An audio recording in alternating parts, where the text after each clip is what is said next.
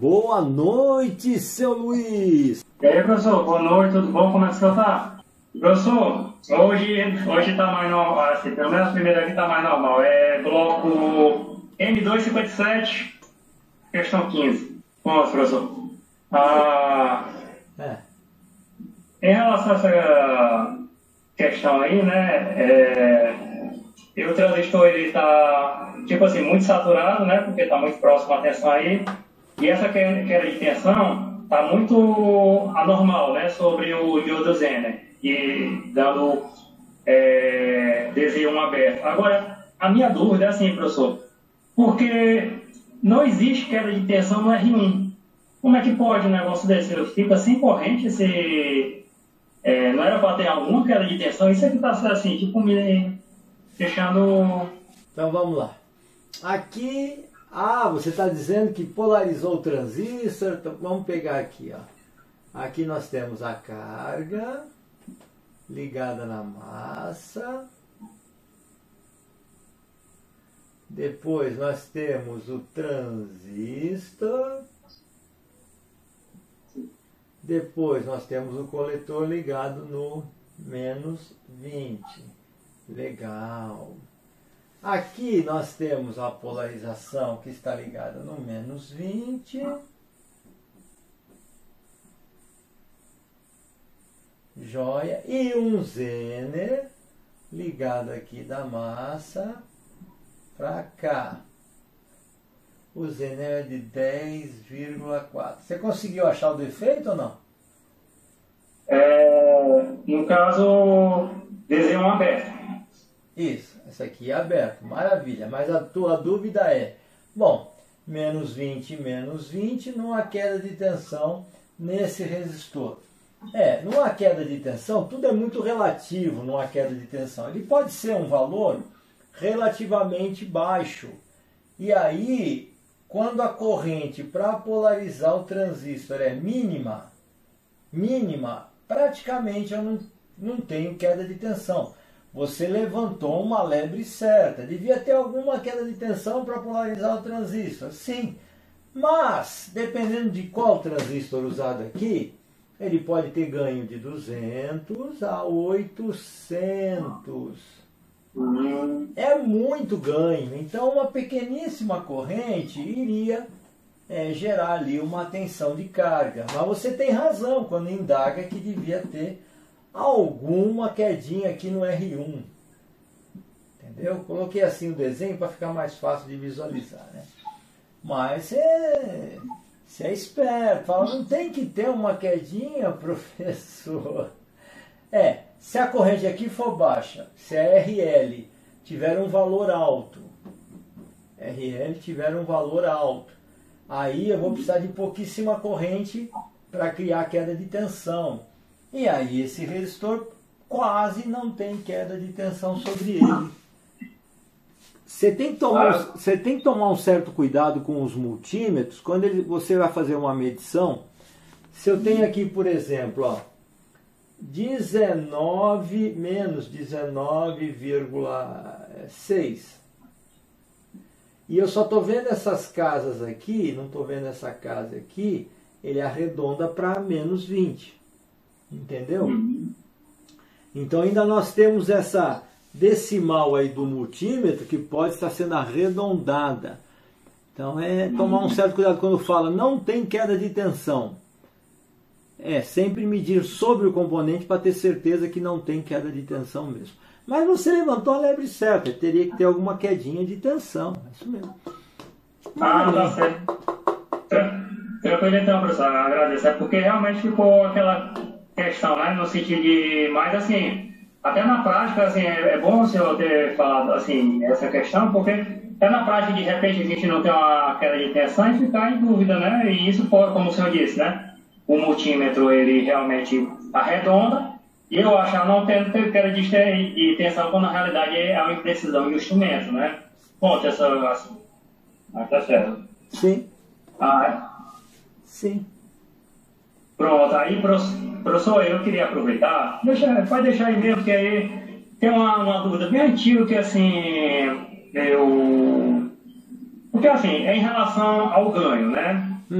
em relação ao ganho. Porque assim, eu estava vendo numa das aulas, tipo o seguinte, no transistor de comando, quando vamos fazer o dimensionamento, a gente considera o menor HFE. Sim. Certo? Aí a gente considera o menor HFE, então assim, quando é um transistor de comando, eu consigo entender, porque assim, se eu me considero um HFE mínimo, então quer dizer que se ele tiver um ganho maior, a mesma corrente que eu dimensionei lá para o circuito, vai gerar um ganho muito maior e ele satura, entre aspas, ainda mais. Sim. Então, assim, em relação ao controle. Agora, assim, professor, eu fico assim com uma dúvida em relação à regulagem. Porque a regulagem, não, beleza, eu vou fazer um dimensionamento com menor HFE. Mas, beleza, e se naquele transistor eu tiver um HFE maior, eu não vou afetar na minha regulagem, ele não vai ter um ganho maior, consequentemente ele não vai ter uma maior queda de tensão entre coletor e base e vai diminuir, isso não vai afetar o meu circuito. Aí eu fico assim, como é que eu resolvo essa questão? É que os ganhos são compensados quando eu tenho polarizações médias, eles são compensados pelo que se chama de realimentação negativa. Entendeu? A realimentação negativa é que vai compensar. Você está em que aula mesmo? Eu estou na aula 15, professor. 15, Você já está vendo aí na fonte, eu acho, né? A realimentação negativa. E aí você vai ter compensado as diferenças de ganhos entre transistores. É isso mesmo. Se você colocar aqui uma figura da fonte de alimentação usada na aula 15 ou 16 do módulo 2, você vai ver que um transistor lá, amplificador de erro, pode ter ganho de 200, pode ter ganho de 800. Caramba! Então ele vai alterar a tensão de saída? Minimamente, porque a coisa vai ser realimentada. E aí vai compensar esses pequenos erros, quer dizer, grandes erros de ganho que um transistor pode ter, entendeu? Muito eu estava até assim, meditando sobre... Se eu puder abrir, por gentileza, na aula 15, estava até meditando sobre esses transistores que o senhor botou no kit, assim, como essa questão, assim, da proporção, de como eles foram feitos, como eles são, assim, como eu diria, assim, elegantes, né? Eles são muito elegantes. Eu estava meditando sobre aquele que o senhor... Achei interessante, você falou são elegantes. Elegantes, professor. Assim, eu estava meditando, principalmente sobre porque assim, professor, eu fico, tipo, tem aquele provérbio, né, que aquele que medita no assunto achará o bem, né, e aquele que confia no Senhor será bem-aventurado. Então, assim, aquele que medita, isso é para as coisas espirituais, mas aquele que medita no assunto, assim, numa questão, eu estava meditando lá sobre aquele, eu estava, assim, sem entender aquele regulador. Mas deixa eu entrar aqui na aula aqui só para ver qual é a página aqui naquele regulador que é o primeiro que a gente monta, mas que é o mais, digamos assim, que é o mais, entre aspas, difícil de ser analisado. Deixa eu só ver aqui qual é aí eu estava meditando, professor, nessas tensões assim, porque é elegante, assim, professor, eu estava vendo assim, porque como é que a pessoa consegue pensar nessa... Porque, assim, quando tá pronto, beleza, todo mundo, legal, tá, mas, assim, para você pensar, tipo assim, projetar um negócio desse aqui... Página qual que você... Peraí, página qual que você falou? 154. Isso que eu acho, assim, professor, assim... do senhor, é como o senhor tem essa preocupação, esse cuidado em relação a gente entender as coisas. E assim, eu realmente tenho visto cada vez mais como o senhor foi cuidadoso, como o curso é assim, estruturado, né? Aí, eu estava vendo aqui, fazendo análise. Sim. Aí, assim, eu estava pegando aqui no catoto do D1 aqui no início do R5, né? E eu estava com uma dificuldade muito grande de entender como aquilo funcionava. Aí eu fiz o quê, professor? Eu peguei aqui e considerei o quê? Duas malhas paralelas, D1, R4 e R5 com R2. Aí eu fui fazer essa análise. Aí assim, professor, o que é que eu percebi? Que na realidade, diferentemente do outro, que o Zener está embaixo e eu somo com a base 0,6, que gera uma tensão travada em relação à parte de baixo, esse daí, na realidade, ele trava na realidade 2,4, ele trava com 0,5. Isso, porque assim, professor, o que é que acontece? Quando eu aumento a tensão lá em cima, eu estou aumentando a queda de tensão no R5. Então, assim, eu vou aumentando, até que chega o momento que ele fica acima de 1,8 e aí começa a despolarizar. Então, se eu olhar, então assim, eu tenho que travar ali o cursor, né? Digamos assim, estou botando R5 considerando como se fosse o cursor estivesse lá em cima. Então, eu tenho que travar R5 em 1,8, que mantém a polarização. E quando eu faço a polarização do R5 com o de baixo, aí a proporção eu vou realmente achar a tensão lá em cima. Isso é algo muito assim, algo assim muito sofisticado. E aí, professor, aí você consegue entender que quando você sobe o cursor, você na realidade diminui o resistor de base, aumenta a polarização. Quando você aumenta a polarização, diminui e consegue aumentar a tensão. Não, desculpa, é o contrário. Aí, no caso, eu aumento, no caso, eu aumento a tensão, o resistor de base, não, é isso mesmo, eu diminuo a polarização, não, eu aumento a tensão, é isso mesmo, desculpa, professor. À medida que eu boto o cursor para cima, eu diminuo a resistência de base, aumento a polarização, eu aumento a polarização lá, aí eu venho, trago mais para perto, consequentemente eu aumento a tensão.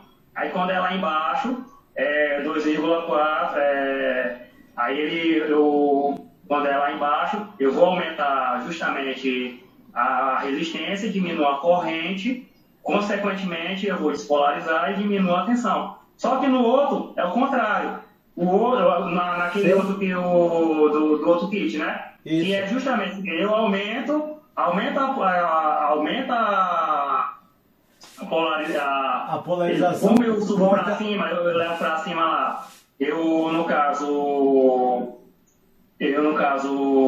diminuo a resistência. Eu diminuo porque aqui, rapaz, tipo assim, aqui ao vivo a gente, o pessoal acaba não se lembrando. Mas, calma aí.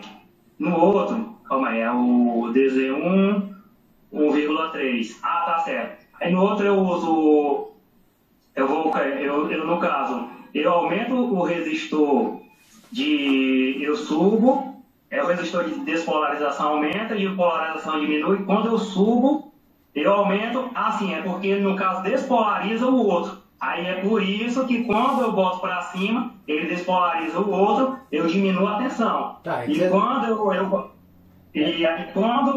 eu baixo, aumenta a tensão, assim, aumenta a resistência, aumenta a tensão do coletor, consequentemente vai mais polarização para o outro, e aí tendo a polarização diminui. Aí assim, aí eu estava vendo, professor, assim, as proporções do R5 com R2, aí você vê como quando você bota o cursor embaixo, ele é mais ou menos de 75, ou seja, o senhor bota o senhor botou assim, esse projeto foi botado para poder polarizar o Zener, botar assim, o mínimo dele é botar a polarização do Zener, e aí eu ter como essa base sempre o Zener travado em 2,4 e aí eu colocar 1,8. Aí eu estava vendo, professor, que quando eu diminuo o transistor, ou o Zener, por exemplo, a 1,8, 1,4, eu diminuo muito o meu range. Por exemplo, se eu botasse 1,2, eu teria que ter no outro lá, menos 0,6 no R5. Só que o problema é que na outra base eu teria 0,6, eu ia ter muito pouco para regular. É que você está falando desse, mas falando do outro. Do outro também, assim, desculpa, eu fiz até uma salada mista aqui muito grande, mas assim, eu fiquei olhando, rapaz, que coisa assim, muito assim, uma elegância, assim, porque assim, como eu disse, eu falo por senhor, eu pensando isso assim, e é uma coisa que por isso que a gente deve dar sempre honra aqui, tem honra, professor, nesse sentido, primeiramente a Deus, porque ele nos dá o entendimento, mas assim, o senhor sempre tem esse cuidado de fazer a gente trazer as coisas por simples das coisas. Tá entendendo? De tipo assim, não, como é que eu faço? Eu boto aqui resistor paralelo e tal. Aquela questão, por exemplo, da impedância, que eu estava meditando sobre aquela questão e tudo, meditando, professor. Que coisa maravilhosa, assim, e trazendo realmente trazendo também, como eu disse, para um entendimento simples, que eu perguntei sobre a questão da impedância lá, e aí o que acontece? Eu estava meditando o sinal como se fosse uma bateria com pouca carga. Por que o sinal ele tem uma energia? Mas o que é a energia? A energia é a carga vezes a queda de tensão. Mesmo que eu tenha um sinal com a variação alta, por exemplo, de 1 volt, se eu tiver uma carga baixa dele, que normalmente são, a não ser que seja circuitinho indutivo, mas se ele tiver uma carga baixa, o que é que acontece? Aquele circuito que vai estar, aquele resistor que liga para a massa, que está em paralelo com a junção base emissor com a junção base emissor do transistor, eu não consigo ter tensão suficiente para elevar e polarizar. Porque ele não tem carga. É como se fosse a bateria, fosse ligar o carro e a bateria tá fraca. Não tem uma corrente. Sim. E aí, assim, eu vendo essas questões, né? E eu achando assim, meditando, achando muito, muito legal. Por isso que eu tô doido para chegar no módulo 3. Eu quero ver justamente essa questão de sinais AM, FM. Sim. E aí, assim, a pessoa pode achar, a pessoa pode até achar que, mas vai ver a AM/FM, mas a AM/FM é a base da comunicação, pai. Se você entende a AM/FM, você está entendendo aquelas questões de ruído, internet, você está entendendo comunicação. Exatamente. Qual é a tensão aqui? Se aqui for 12. Se aí for 12, aí vai ser 9,6. Exatamente. Agora calcula só isso aqui, ó, 5K, 2K7, que dá 7,7K, com esse 1K. Quanto tem aqui de tensão? Vamos aí, 12 dá 7,7, 8,7, né? Vai ser 12 dividido por 8,7. 12 dividido por 9, né? Só para... vai dar 4 por 3. É isso mesmo? 12 dividido por 9. Deixa eu fazer só daqui uma quebrada muito grande. Vou fazer aqui na calculadora. Rapidinho aqui, professor. 12 dividido por 8,7. 12 dividido por 8,7. Deu 1,37. 1,37 ou 1,4. Legal. 12 menos 1,4 dá quanto? 12 menos 1,4 dá 10... Não, 11,6. 11,6. Não. 12 menos 1,4? Não, 10,6. Ó, não está batendo direitinho, porque aqui tem 1 volt de queda. Ou seja, quando eu chego aqui em 12 e faço esses cálculos aqui, chega no final do potenciômetro, eu já não estou conseguindo, ele já chega na tensão alta. Por quê? Porque ainda estou polarizando e a tensão está alta. Tá vendo aqui, ó, 1 volt aqui de queda. Tá vendo? Tem 1 volt. Olha. Ah, era para ter 1 volt? Depende, depende aí, porque esse Zener, na verdade, ele não é preciso. Alguns dão 2.2, outros dão 2.6, outros dão 2.4. Então isso não é preciso. Mas aqui só está te mostrando que, pelo cálculo aqui do divisor, nós vamos ter uma tensão aqui que permite polarizar o transistor. Claro, aqui não vai ser 10.6, vai cair um pouquinho. Então eu permito polarizar o transistor e permite polarizar esse aqui. E aí eu tenho uma tensão alta na saída. Então quando eu levo isso aqui para cima, eu estou polarizando mais o transistor Q2. E aí polarizando também o transistor Q1. Isso é realimentação negativa? Não. A realimentação negativa aqui é feita pelo diodo Zener ligado nesse emissor. É isso aí que estabiliza a tensão da fonte. Entendeu? Por quê? Porque se por algum motivo a fonte tender a subir de um ajuste que eu deixei, se sobe, aqui sobe também, direto. Ó. O que subir aqui, sobe aqui. Só que aqui não, aqui é proporcional aos resistores. Sobe menos. Se sobe menos, o transistor vai ser menos polarizado. Então, se a fonte tender a subir e esse aqui ficar menos polarizado, esse aqui também fica, então a fonte não sobe. Isso compensa ganhos, tolerâncias de resistores, ganhos de transistor, isso compensa tudo, essa realimentação negativa. Só que a realimentação negativa aqui é feita por aqui, né? Ó, porque assim, ó, professor, como é que eu fiz só para você entender aqui o cálculo? Não tem lá de UK, eu gravei 1.8, né? Que vai ter que ter essa diferença para polarizar. Sim. Aí 1.8. Aí vou só botar aqui 1.8 vezes, aí no caso 7.7, que aí eu ia achar a outra 7.7, eu vou ter o quê? 3,86 mais 1.8, né? Que ali eu achei a de baixo, aí eu teria 15.76. Como é que é? 15 pontos? Porque é assim, ó. 15.66. Que aí assim, que assim, eu sempre estou colocando assim, nesse caso aí.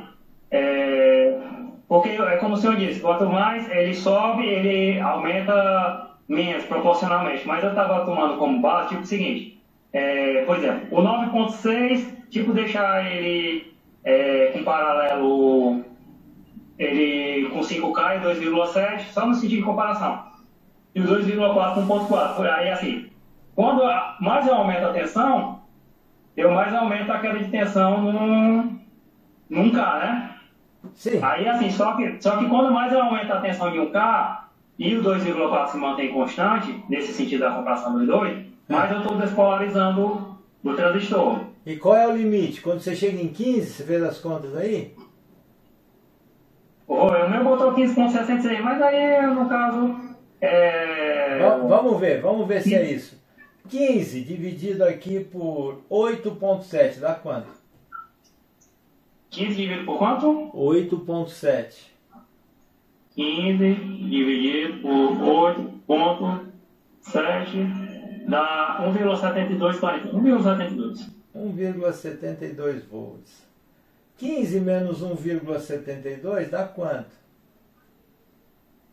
15 menos 1,72 dá 14, 13,28. E 15 menos 2,4 dá quanto? Dá 12,6. 12,6. Não ouvi. 12,6, professor. 6. Tá. Isso. Olha só, você reparou que aqui, ó, 12.6 para 13,28, o transistor já vai começar a estar despolarizado. Então a tensão máxima aqui pelos nossos ajustes, que se aceita aqui na saída, é 15 volts. Um pouquinho menos de 15, 14 e uns quebrados. Entendeu? Tá certo. E se você girar o potenciômetro para o outro lado, deixar ele aqui, Aí você tem 5K com 1K e 2K7. Aí você também calcula para menor tensão da fonte. Olha que legal. Entendeu? Porque agora nós vamos ter 5K mais 1K aqui na parte de cima. E somente porque eu estou colocando aqui para baixo, né? Ó. Entendeu? Isso realmente é interessantíssimo. Isso aí é o must, é o que é gostoso. Eletrônica é demais, é muito delicioso. É verdade, assim, quando você começa a meditar mesmo é muito legal. É muito bacana. E assim, professor, eu queria também entender, porque o senhor falou que seria até na alta fonte, né? Sim. Porque ali eu tenho 2 diodos para estabilizar o transistor, a tensão. Mas você não tem num bloco aí para... Qual que é a aula essa da... Me dá a aula aí, deixa eu ver. A 16, né? Aqui, 2 diodos. Essa é a aula 15. Essa é a aula 15. Mas pronto, deixa eu ver aqui. Você pode usar isso mesmo, porque a figura 7, por exemplo, da página 152, que é bem pertinho aí, o importante aqui é assim, eu entender a questão da estabilização do diodo aqui. Sim? Deixa eu... não tem aqui a fonte. Aqui. Não tem a fonte igualzinha do nosso circuito, mas é essa daqui. Essa aqui serve. Nosso circuito que eu vou falando prático, né? Sim. O kit. Pronto, já estão os dois aqui. Provavelmente o kit é lá na primeira aula do módulo 1. Mas assim, uma parecida é tranquila. Agora sim, agora você tem aqui a fonte, ó. E o que você está falando? Pronto, é o DZ1. Essa tá ótima. Justamente porque assim, se eu não tivesse o Zener 1, eu teria um intervalo muito maior em regulagem. Se você não tivesse... Oi? Se você não tivesse... Não tivesse o Zener. Porque assim, eu não seria de 0,6. Eu só precisaria de 0,6 para polarizar o Q3, né, não? Não, você precisaria... Se não tivesse Zener, você teria que ter um resistor, é isso que você está querendo dizer? Isso. Não, assim, o que eu, assim... Pode ser um resistor, mas assim, a minha principal dúvida é assim, é porque... Eu acho que, se não me engano, o senhor falou na aula que, assim, esse diodo, a função do diodo Zener, é estabilizar o transistor. Sim. É melhorar... Agora, assim, eu queria entender como é que ele estabiliza o transistor. Porque, assim, na minha cabeça, aí eu tô querendo... Aí, assim, vamos supor que não tem o Zener. Eu suponho que não tem o Zener. Eu só ia precisar, para polarizar ele, no lugar da tensão de Zener mais a tensão base emissor, eu só ia precisar dos 0,6 da base emissor. Ou seja, a minha fonte aqui por exemplo... Aqui um curto, é isso? Isso. Exatamente. Sim. Eu ia precisar só de 0,6. Só que o senhor disse que esse Zener, ele estabiliza. Agora, assim, isso é que está sendo a minha dificuldade de entender. Como é que ele estabiliza? Não é só isso. Ele estabiliza. Mas veja só. Você falou certo. Eu não posso jogar isso aqui na massa e estabiliza do mesmo jeito? Estabiliza. O problema é que 0,6 aqui, você tem que aumentar o valor desses resistores em relação a esse lado de baixo. E aí, o que provoca isso? Uma menor estabilização. Quando aqui varia 1 volt, você vai ter um proporcional aqui de variação, entendeu? E quanto mais você vai aproximando da massa e aumentando esses valores, se aqui variou 1 volt, aqui, por exemplo, vai variar 0,1, porque depende dos valores. Mas quanto mais eu aproximo isso aqui da massa, se aqui varia 1 volt, aqui vai variar 0,05.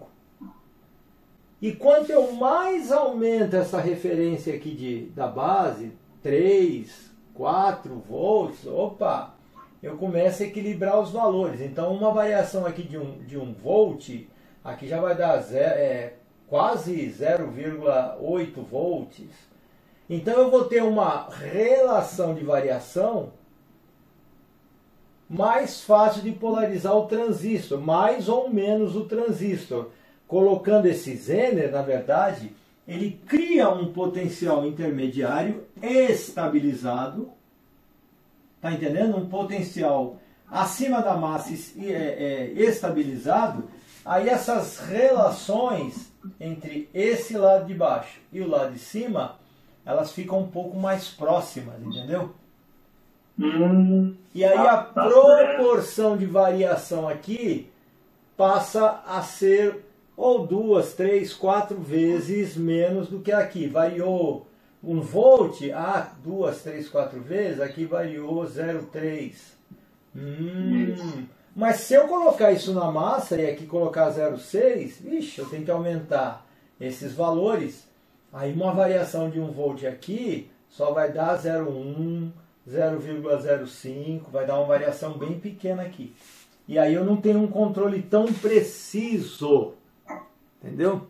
Por isso. Aí vai ter mais dificuldade em amplificar o erro, né? Isso, mais dificuldade em amplificar o erro. Ele amplifica bem o erro, mas com mais dificuldade. A taxa de estabilização passa a ser cada vez maior, porque a fonte ela estabiliza em 1%, em 2%. Eu jogo esse emissor lá na massa e aí eu aumento os valores do R5 para dar certo. Dá, funciona? Funciona. Só que vai ver a taxa de estabilização. Você já vai cair aí para uma estabilização a 4%, 5% e não de 1%, 2%. Beleza? Acabou o nosso tempo. Obrigado. Então, até a próxima. Se der certo, eu acho que quinta-feira eu vou aparecer. João, obrigado. Foi um prazer novamente estar com você. Eu adoro esses assuntos. Um grande abraço, querido. Até mais. Um abraço. Até mais. E aí, gostou desse vídeo? Sabia que leva de 10 a 15 anos para um estudante aplicado se tornar um especialista em análise de defeitos e projetos? E daqueles que começam a estudar, poucos conseguem chegar lá. Isso se deve ao ensino convencional de eletrônica, que é voltada a cálculos mentais complexos e sem nenhuma preparação para análise de defeitos. Estudando na CTA, você poderá obter a condição de especialista entre 8 a 16 meses, a partir de um treinamento intensivo com uma lógica simples e objetiva, aplicada à eletrônica. E especificamente, nesta aula, você acompanhou e pôde notar que nossos estudantes trabalham com a ferramenta PBL, Problem Based Learning, ou aprendizado baseado em problemas ou defeitos, o que aumenta consideravelmente o interesse e resultado dos envolvidos. E a CTA foi a primeira no mundo a introduzir essa técnica na área de eletrônica já em 1985. Também você deve ter notado que essas aulas de reforço são baseadas nos exercícios dos blocos, onde há milhares de questionamentos que configuram a ferramenta RBL, Repetition Based Learning, ou aprendizado baseado em repetição, que lhe garante aproveitamento médio de 95%. Esta ferramenta de retenção das informações foi introduzida no ano de 2002 e até hoje somos a única escola a aplicar o sistema. Além de diferenciais tão grandes, a CTA direciona seus estudantes para o mercado de trabalho através dos rankings de módulos, quando enviam as questões respondidas dos blocos, ou no ranking geral, quando fazem as avaliações finais de cada módulo. Desta forma, centenas de empresas ficam monitorando seus possíveis colaboradores, tornando o ranking da Escola CTA Eletrônica o maior portal de empregos da área.